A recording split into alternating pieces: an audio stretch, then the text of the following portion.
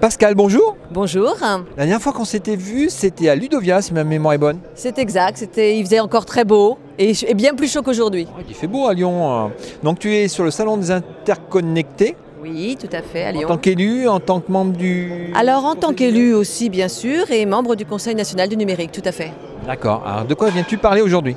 Eh bien écoutez, aujourd'hui je souhaitais parler de l'appropriation des élus, des sujets numériques au sens large, puisqu'il y a quand même des échéances importantes pour les maires que je représente au Conseil national du numérique, puisque j'y suis pour l'Association des maires de France. Et les échéances 2014 étaient un formidable levier pour qu'il y ait une prise de conscience des sujets de politique publique du numérique.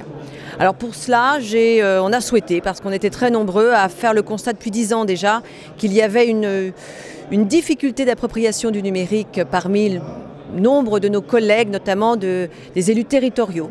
Alors nous avons souhaité regrouper nos forces et puis communiquer, non pas sur le sujet technique qu'est le numérique, non pas sur les infrastructures, les tuyaux, pour faire simple, les tuyaux. Les autoroutes de l'information, comme on disait dans le temps. Alors on va le dire aussi comme cela. Alors il y a eu plusieurs appellations. On a fini par les tuyaux, on a préféré parler des hirondelles du printemps des usages et s'aventurer sur un constat qui est celui de la mutation de la société avec le numérique. Et on a pu retracer 3 grandes périodes. La première, alors on a des âges, hein, c'est comme il y a la préhistoire, il y a l'âge de pierre, Eh bien, pour le numérique, c'est pareil, sauf que ça a été beaucoup plus vite. Nous avons eu l'âge des NTIC, vous vous rappelez tous, puis l'âge des TIC, et puis maintenant on est à l'âge du numérique. Et à chaque âge, il y a des peuples qui composent ces âges, et on va retravailler dans cet ouvrage ce qu'a été le e-citoyen, le citoyen usager, vous vous rappelez de cette appellation. Maintenant on est sur le citoyen numérique. Qu'est-ce que ça traduit aujourd'hui dans l'appropriation du politique, dans la gouvernance, bien sûr? Quelle est sa place dans ces nouveaux modèles, bottom-up ou top-down? Et maintenant, plutôt, on va dire, allez, avant on avait le 1 pour tous, après il y a eu le remontant, le tous pour un, aujourd'hui on est plutôt sur du tous pour tous, c'est le citoyen avec le citoyen, ça questionne la place du politique. Et puis on s'est attaché à retracer 17 compétences territoriales qui sont de la culture, de l'urbanisme, du social, du handicap, de l'éducation bien sûr. Tous ces sujets qui sont de la compétence de tous les jours des élus et qui sont revisités avec le numérique. Et ça c'était fondamental pour montrer que même un élu qui est a priori en charge des seniors doit regarder le sujet du numérique. Ça n'est pas que pour le collègue d'à côté, ça n'est pas que de la e-administration, c'est un sujet de proximité et du quotidien. Sujet de fond et transversal.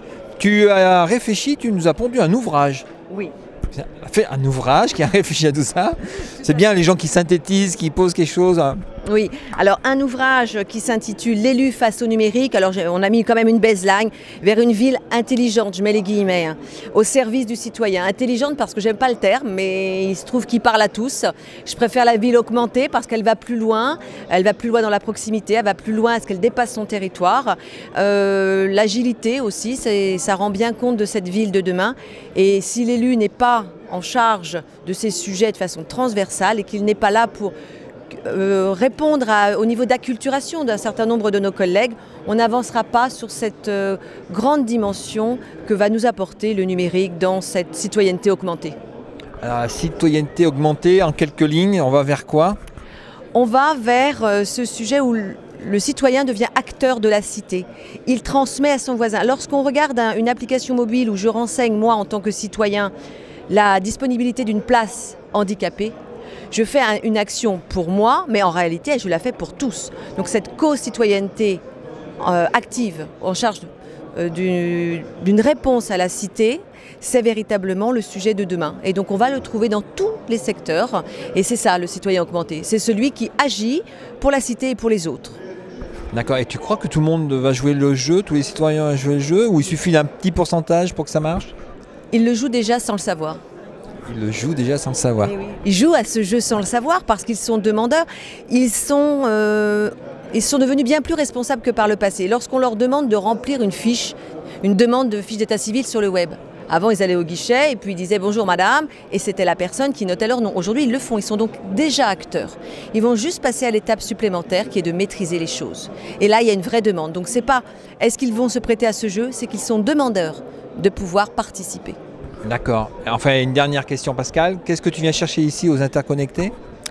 Eh bien, je viens voir ce que d'autres territoires, parfois plus avancés les uns que les autres, ont comme nouveauté à présenter. C'est enrichissant, ça me permet de ramener toutes ces bonnes expériences à l'ensemble des maires de France pour qu'ils aient une vision de ce que font les autres et puis que ça puisse les inspirer sur leur propre territoire.